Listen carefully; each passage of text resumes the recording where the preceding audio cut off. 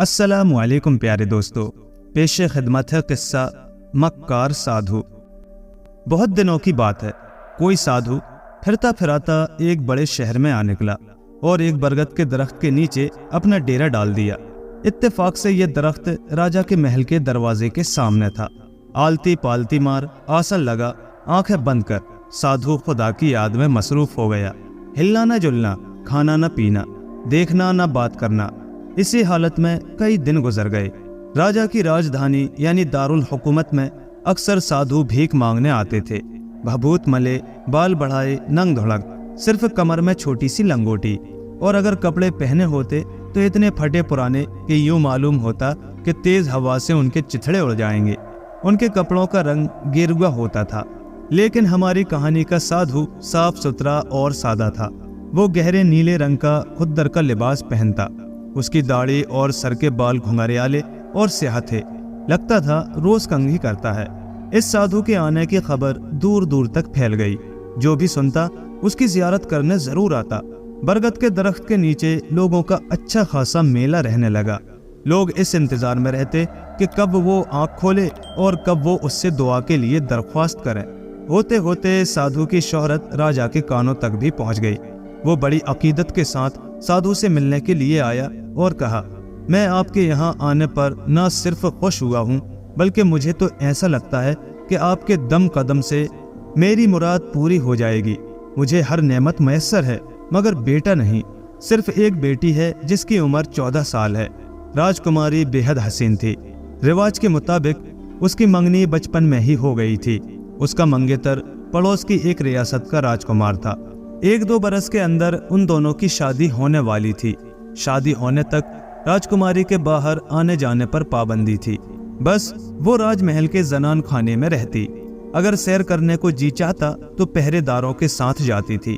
इतनी हसीन बेटी का बाप होते हुए भी राजा खुश ना था।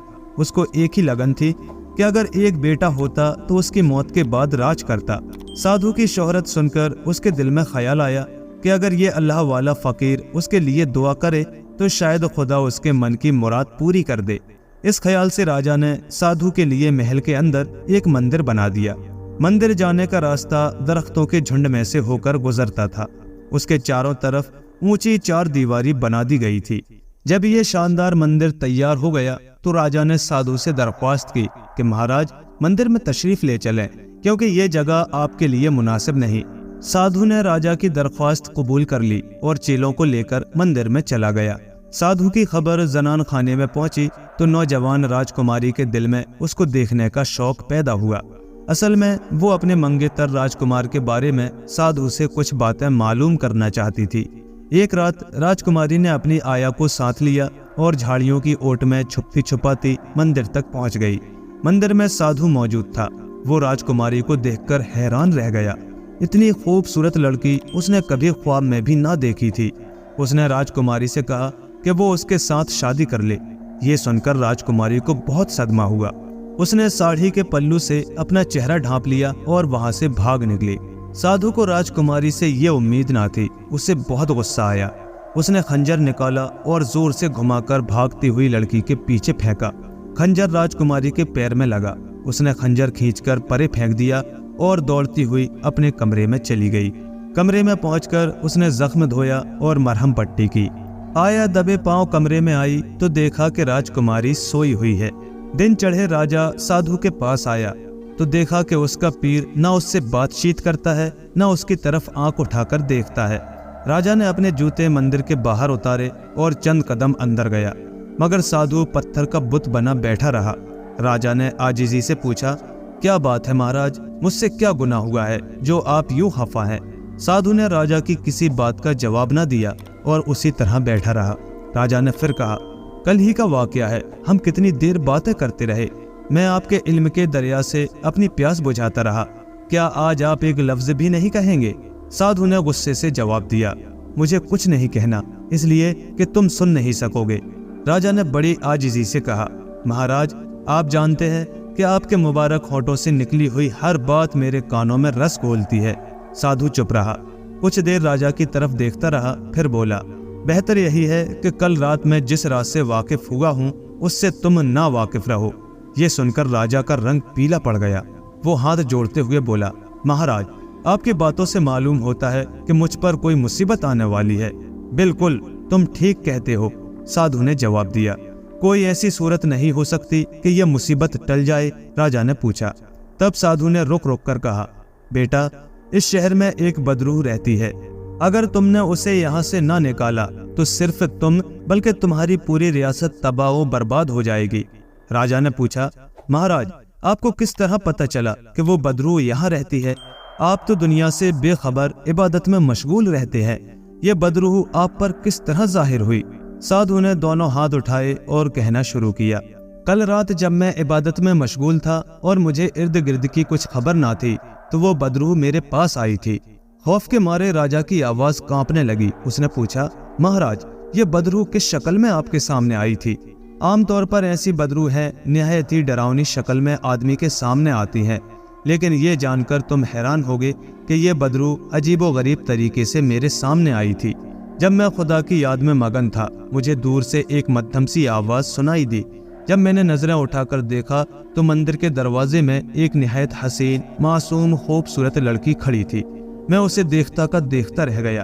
अचानक उसका फरिश्तों जैसा नूरानी चेहरा बदलने लगा। अब मेरे सामने एक निहायत बदसूरत दरिंदा खड़ा था। मैं साधु ना होता तो वो बदरूह मुझे निगल जाती। खौफ से राजा पर कपकपी तारी हो गई।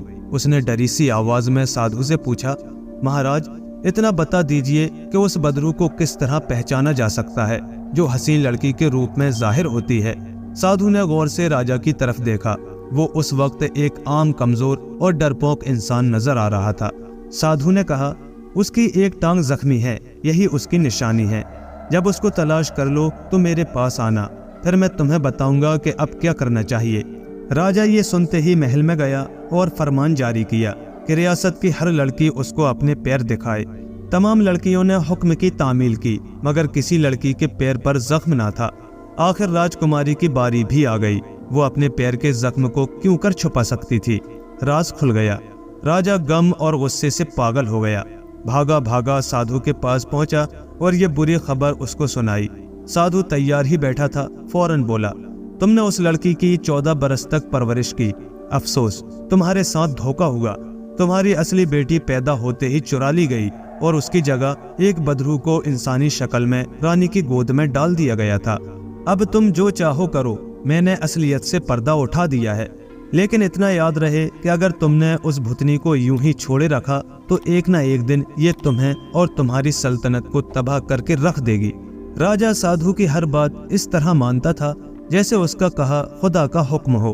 उसने पूछा कि अब मैं क्या करूं महाराज? तो साधु बोला, तुम्हें उस भुतनी को ठिकाने लगाने का बंदोबस्त करना चाहिए। तुम मेरे पास 2 बढ़ई भेज दो।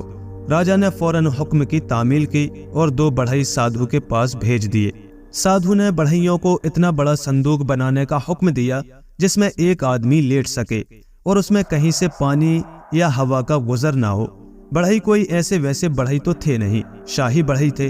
उन्होंने ऐसा अच्छा संदूक तैयार किया जिसे देखकर साधु खुश हो गया। अब साधु के हुक्म के मुताबिक राजा राजकुमारी को मंदिर में लाया। डरी सहमी राजकुमारी उस वक्त और ज्यादा प्यारी लग रही थी। राजा और साधु ने मिलकर उसको संदूक में बंद कर दिया। फिर संदूक का ढकना बंद करके उसमें लोहे की बड़ी बड़ी कीलें ठोक दी। उसके बाद संदूक को नदी में बहा दिया। गमज़दा थका हारा राजा तो महल में वापस चला गया और साधु ने अपने 2 चेलों को बुलाया और उनसे कहा, आज नदी में एक संदूक तैरता हुआ आएगा, उसमें खजाना भरा है। नदी के किनारे किनारे चलकर उस संदूक को तलाश करो। चाहे चलते चलते पास वाली रियासत में पहुंच जाओ। तुम्हें हर कीमत पर यह संदूक मेरे पास लाना है। मैं मंदिर में इंतजार करूंगा। चेले सारा दिन नदी के किनारे घूमते रहे, फिर थक हार कर बैठ गए। जोर की भूख भी लगने लगी। उन्होंने सबसे पहले काम ये किया कि पेट भर के खाना खाया। फिर आराम करने जो लेटे तो ख्वाब खरगोश के मजे लेने लगे। लकड़ी का संदूक नदी में तैरता फिरता था, मगर साधु के चेले खर्राटे ले रहे थे। रात बीत गई, दिन निकल आया। इत्तेफाक से नदी के किनारे जंगल में पड़ोसी रियासत का राजकुमार शिकार खेलने आया हुआ था। ये नदी असल में उसके बाप की रियासत और राजकुमारी के बाप की रियासत के दरमियान सरहद थी। राजकुमार एक सफेद हिरन का पीछा करता नदी के किनारे आ पहुंचा। उसके एक साथी ने चिल्लाकर कहा, देखिए, हिरन तो नदी के बीच में नजर आ रहा है। राजकुमार ने देखा कि कोई चीज नदी की लहरों पर डोल रही है, लेकिन ये सफेद हिरन हरगिज नहीं था, बल्कि एक बड़ा सा संदूक था। बहुत से शिकारी नदी में कूद पड़े और आन की आन में संदूक खींचकर किनारे पर ले आए। फिर अपने खंजरों से संदूक का ढकना खोला। संदूक के अंदर एक खूबसूरत लड़की लेटी हुई थी। देखने वाले देखते रह गए। ताज़ा हवा के लगते ही राजकुमारी को होश आ गया। जब वो बातचीत करने के काबिल हुई तो राजकुमार ने पूछा, तुम कौन हो और किसने तुम्हें संदूक में बंद करके दरिया में डाला? राजकुमारी ने अपनी आप बीती कह सुनाई। उसने बताया कि उसका बाप इन दिनों एक बदमाश साधु के झांसे में आया हुआ है और उसको बहुत पहुंचा हुआ समझता है। उसने उसी साधु के कहने पर मुझे संदूक में डाला और नदी में बहा दिया। राजकुमारी ने राजकुमार को यह बिल्कुल नहीं बताया कि एक रात वो चोरी चोरी साधु को देखने के लिए मंदिर में गई थी। राजकुमार ने उसे गौर से देखते हुए कहा, मेरा ख्याल है आप ही मेरी मंगेतर हैं। ये सुनकर राजकुमारी ने अपना चेहरा घूंघट में छुपा लिया और बोली, अगर उस खबीस साधु को पता चल गया कि मैं संदूक में से जिंदा बच निकली हूँ तो वो मुझे जान से मारकर ही दम लेगा। ये कहकर अब उसने राजकुमार को असल किस्सा भी सुना दिया कि किस तरह वो रात को छुप छुपाकर साधु को देखने गई थी और किस तरह साधु ने खंजर मारकर उसे जख्मी कर दिया था। राजकुमार अपनी मंगेतर को लेकर राजधानी आया और वजीर आजम को बुलाकर कहा, दरिया के किनारे लकड़ी का एक बहुत बड़ा संदूक पड़ा है। उस संदूक में उस पागल बंदर को बंद कर दिया जाए जिसको हमने जंजीरों से बांध रखा है। उसके बाद उसे साधु के मंदिर के करीब नदी में डलवा दिया जाए। वजीर बंदर को लेकर फौरन नदी पर पहुंचा। उसने बंदर को संदूक में डाला, ढकना बंद किया, खूब कीलें ठोकी और फिर नदी में उस जगह बहा दिया जहां साधु के चेले संदूक के आने की राह देख रहे थे। अचानक दूसरे किनारे से संदूक को आते हुए देखा तो चेले खुशी से उछल पड़े। फौरन बड़े बड़े बांस पानी में डाले और संदूक को खींचकर किनारे पर ले आए। फिर वो उसे उठाकर साधु के मंदिर में ले गए जहां साधु उनका इंतजार कर रहा था। चेलों ने संदूक गुरु के हवाले किया और बड़े शौक से उसके खुलने का इंतजार करने लगे, लेकिन साधु ने उनसे कहा, तुम लोग जाओ, मैं इसे तन्हाई में खोलूंगा, और हाँ, अगर मैं चीखूं या रोने धोने की आवाजें सुनाई दें तो बिल्कुल परवाह न करना। अब जाओ, मंदिर से निकल जाओ। चेले मंदिर से बाहर चले गए और दरवाजा अच्छी तरह बंद कर दिया, लेकिन हैरानी के आलम में वो मंदिर के दरवाजे पर कान लगाकर बैठ गए। अचानक मंदिर के अंदर से दिल दहला देने वाली चीखें सुनाई देने लगी, लेकिन चेलों ने अंदर जाने की जुर्रात ना की, क्योंकि उनके गुरु ने उनको ताकीद की थी कि चाहे जो कुछ भी हो वो अंदर ना आए। यकायक एक हौलनाक चीख सुनाई दी और फिर एकदम खामोशी छा गई। ये खामोशी चीख से कहीं ज्यादा खौफनाक थी। चेले कुछ देर इंतजार करते रहे, फिर हौसला करके मंदिर का दरवाजा खोलने के लिए आगे बढ़े। जो ही दरवाजा खुला, एक मोटा ताजा बंदर चीखता गुर्राता बाहर की तरफ लपका और महल की दीवार फांदकर जंगल की तरफ भाग गया। अब जो चेलों ने मंदिर के अंदर झांक कर देखा तो तौबा तौबा, खुदा की पनाह, वो दोनों उल्टे कदमों चीखते चिल्लाते महल के दरवाजे की तरफ दौड़े। राजा के सिपाही मंदिर में गए तो क्या देखा कि साधु खून में लथपथ मरा पड़ा है। साधु की मौत की खबर राजकुमारी और राजकुमार को मालूम हुई तो वो बहुत खुश हुए और उसी वक्त थोड़ी सी फौज लेकर राजकुमारी के मुल्क रवाना हो गए। राजकुमारी के बाप को असल किस्सा मालूम हुआ तो वो अपनी नादानी पर बहुत शर्मिंदा हुआ। राजकुमारी को सीने से लगाया, प्यार किया और राजपाट राजकुमारी के शौहर के हवाले करके खुद खुदा की इबादत करने लगा। प्यारे दोस्तों, कहानी अगर पसंद आई हो तो लाइक कर दें, शेयर करें और चैनल को सब्सक्राइब ज़रूर कर लें। शुक्रिया।